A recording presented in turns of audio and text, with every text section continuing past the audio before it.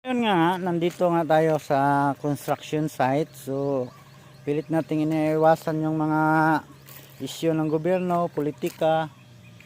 Dahil nga nakaka-stress. Gusto tayong mag-focus sa trabaho natin pero hindi natin talaga maiwasan na mag-scroll tayo sa YouTube, sa Facebook na may mga issue talagang nakakainis na harapang panggagago sa atin ng gobyerno. Gaya na nga yan sa nag-trending na balita ngayon na sa Facebook na itong si Auntie Claire na nangako daw si dating Pangulong Duterte ng 7 pesos ang kilo ng bigas. Pero bakit daw natin pinupuna yung 20 pesos na pangako ni PBBM? So it's a fake news dahil hindi naman kailanman sinabi ni Duterte na gagawin yung 7 pesos ang kilo ng bigas. So may mali sa reading comprehension tayo dyan sa pagkakaintindi ng speech ni Pangulong Duterte. So ayun, hindi natin maiwasang mag-react dito. Sabi kasi sa sinabi ni Duterte noon na gagawin reduce ng 7 pesos yung kilo ng bigas, hindi yung gawing 7 pesos yung kilo ng bigas. So may mali doon si Auntie Claire. So ayun, itong reporter ng Net25, alaman natin na ang Net25 ay medyo fair sila magbalita at sa tingin ko, opinion ko, hindi sila kayang bayaran. So it's a fair na tanungin siya ng gano'n ni yung reporter na si Eden ata yun. So ayun, wala ko kasi dati nasa pelikula lang to makikita na ganito. 'Di ba sa pelikula na mga 90s na pelikula o 2000. 'Di ba ang bida ay parang harap-harapang ginagago ng kalaban pero ang kuan parang hindi pinapansin. Ganito ang nangyari ngayon. Harapang panggagago, mantakin mo. Ang galit ka sa fake news pero ikaw mismo hindi mo ma-confirm yung sinasabi mo. So ayun, pakinggan natin si Sir Banatbay at kung anong mga reaksyon na. Sabay-sabay nating pakinggan, panoorin mga kababayan. Pag-usapan din natin itong ito pong si pinakamalupit na reporter reporter diyan po sa Malacanang. Dahil dito po napahiya po si Aling Claire na naman. Aling Claire, araw-araw ka nalang napapahiya. Sa bagay, kung nga naman, kasi alam mo mga kababayan, kung ikaw nga naman ang tagapagtanggol, tagapagsinungaling ng Malacanang, napakahirap. Yun na po. Yun lang Doon po. po sa nabanggit ninyong 7 pisong baba ng Duterte administration, pwede po ba ninyong i-clarify yun kung talagang 7 piso, gagawin 7 piso kada kilo yung bigas that time? Or yung sinasabi po ng dating Pangulo na reduce o bawasan lang ng 7 piso yung presyo po ng bigas? Pitong pito. Nasa news na po yan. Maaari po nyo i-refer po ang news patungkol po dyan. So, malinaw po na reduce po yung nabanggit. Pero kayo sabi ninyo sa inyong vlog po ba yun or whatever, yung 7 piso, sabi nyo pangako 7 piso at parang sort of ganun. Pwede po ba? Grabe. Sinagot yan na nung una. Nasa ano na po yan? Tapos talagang idiniin pa ni palakpakan naman natin ito si ma'am. Hindi niya tinantanan si Madam Claire. Tingnan niyo mama, magko-call a friend na yan si Madam Claire. Hindi niya masagot eh. Kasi alam niyang mali. Nag-trending na. Nagulat ako eh. Hindi, walang biro. Ako po kasi, hindi po ako yung tipo ng taong pag may nakita sa social media, hahanap ako na magte-trending. Hindi ko ugali yun. Ako, basta nakita kong meron kasinungalingan o meron akong nakitang sablay, basta gagawan ko ng video yan. Ginawan ko yung video, yung 7 pesos na sinasabi niya. Nakikita niyo yan. Nagulat ako, nag-trending. Sa TikTok ko naman, naban. Siguro, ni-report ng mga trolls nila na community guidelines daw. Sa Facebook, tuloy-tuloy po. Grabe ho yung shares. Grabe as in. nagulat po ako kasi tama nga naman eh. Minsan kasi, ang mga Pilipino, naghahanap lang sila ng alam nilang mali. Alam nilang mali yung paliwanag ni Aling Claire. Alam nilang mali yun.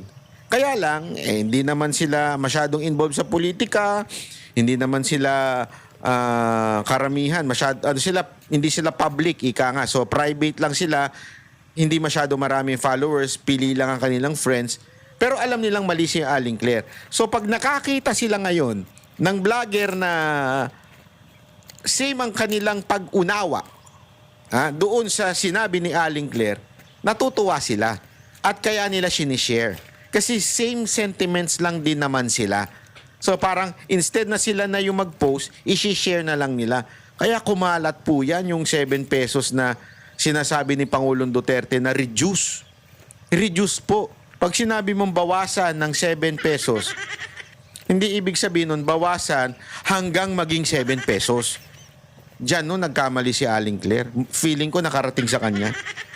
Kaya ito, tinanong nung reporter, tameme na ho siya. Hindi na po siya makasagot. Ang sagot lang niya, ano? Linawin lang natin yun para hindi naman na pagmula ng fake news. Sa vlog po ba? Nakita na panood po sa Hindi po yata yun nabanggit sa press briefing. Oh, ibig sabihin, wala sa usapan niya na itatanong nyo.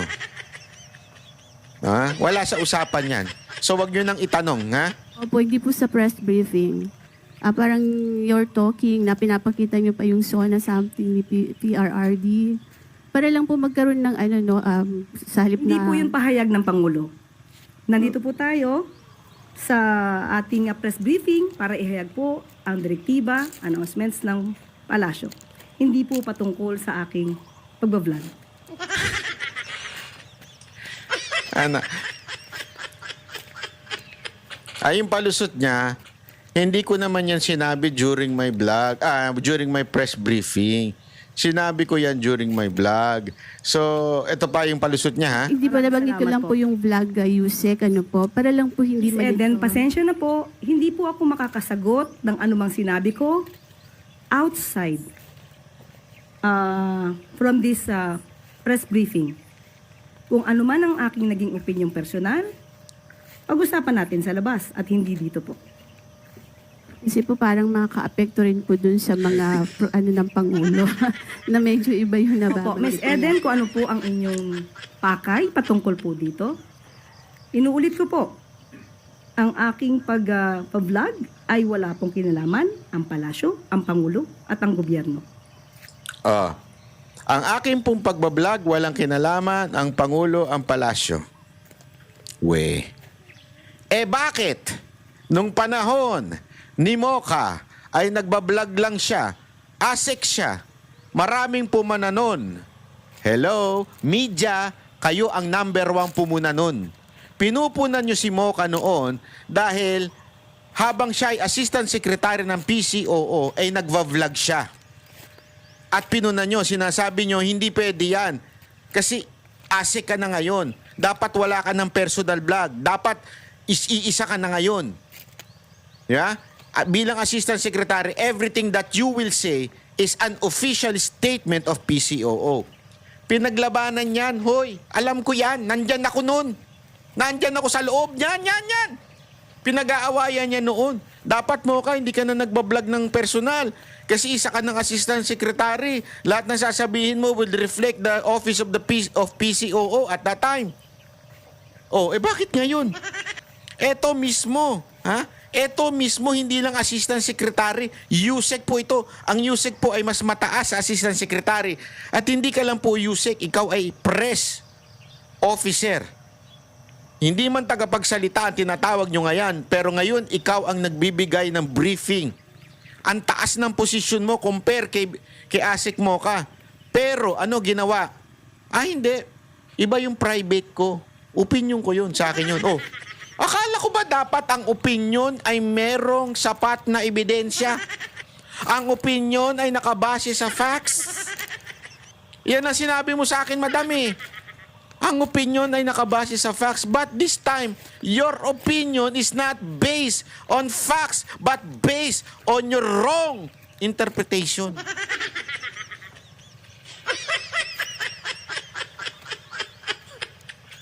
seriousness yan. Di ba? Ngayon, Lul, ang palusot mo, opinion mo na lang yan, personal opinion mo. Madam, that has something to do with your credibility in bringing the truth. Dito, pinupunto ni Ma'am Eden, yung reporter, ang pinupunto niya dito, if you have no credibility on your vlog, if you are quote-unquote stupid in your vlog, you have no right to be the press officer of this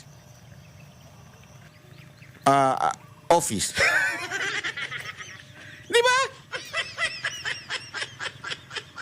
Wala kang karapatan. Yun ang sinasabi, if.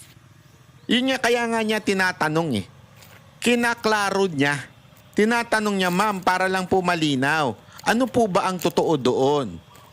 Kasi tila, quote-unquote, katangahan o stupidity yung inyong maling interpretasyon. Kaya nga niya tinatanong, ma'am, ano po ba ang talagang totoong dahilan na sinabi niyo po yun at kinote niyo po yun? Ano ba talaga?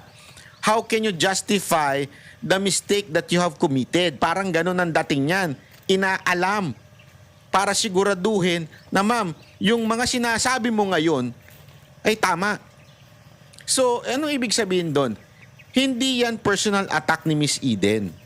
Yan po ay sinasabi niya dyan na, sandali, ma'am, how can we believe what you're saying here if mali-mali ang sinasabi mo doon sa labas? Eh, akala ko ba galit kayo sa fake news? But doon sa area na yon, you are spreading fake news. That's a false news. Yung sasabihin mong sinabi ni Duterte na gusto niyang ibaba ng 7 pesos ang bigas, that's fake news. Walang sinabi si Duterte na gusto niyang bumaba ng 7 pesos ang kada kilo ng bigas.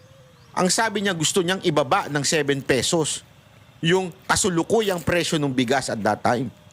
In other words, anong dahilan mo at sinabi mo itong fake news? Yan ang tanong sa'yo ni Miss Eden. I-justify mo ngayon sa amin kasi ikaw ang tagapagsalita dito sa opisina na ito. Hindi ho siya sumagot.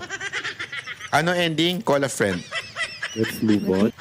Oh, sabi nung kasama niya, let's move on.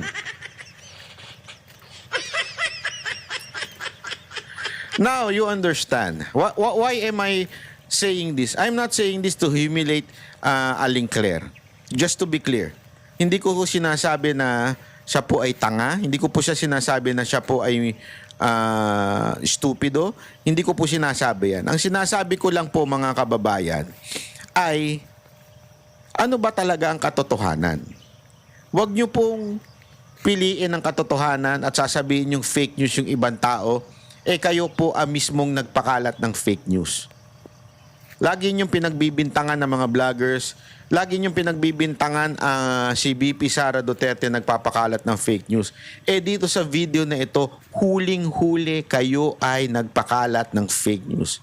Hindi mababawi yan. Huling-huli kayo. Nasa video ko po yan. Pinakita ko po, nasa TikTok po yung kalat po yan. Huling-huli na kayo ay nagpakalat ng fake news. Dito ka magtataka.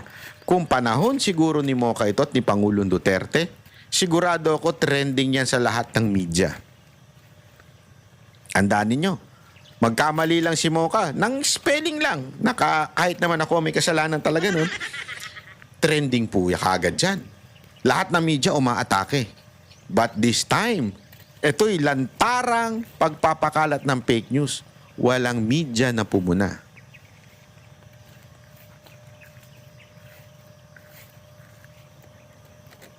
Anong tawag nyo sa mga media? Media noche?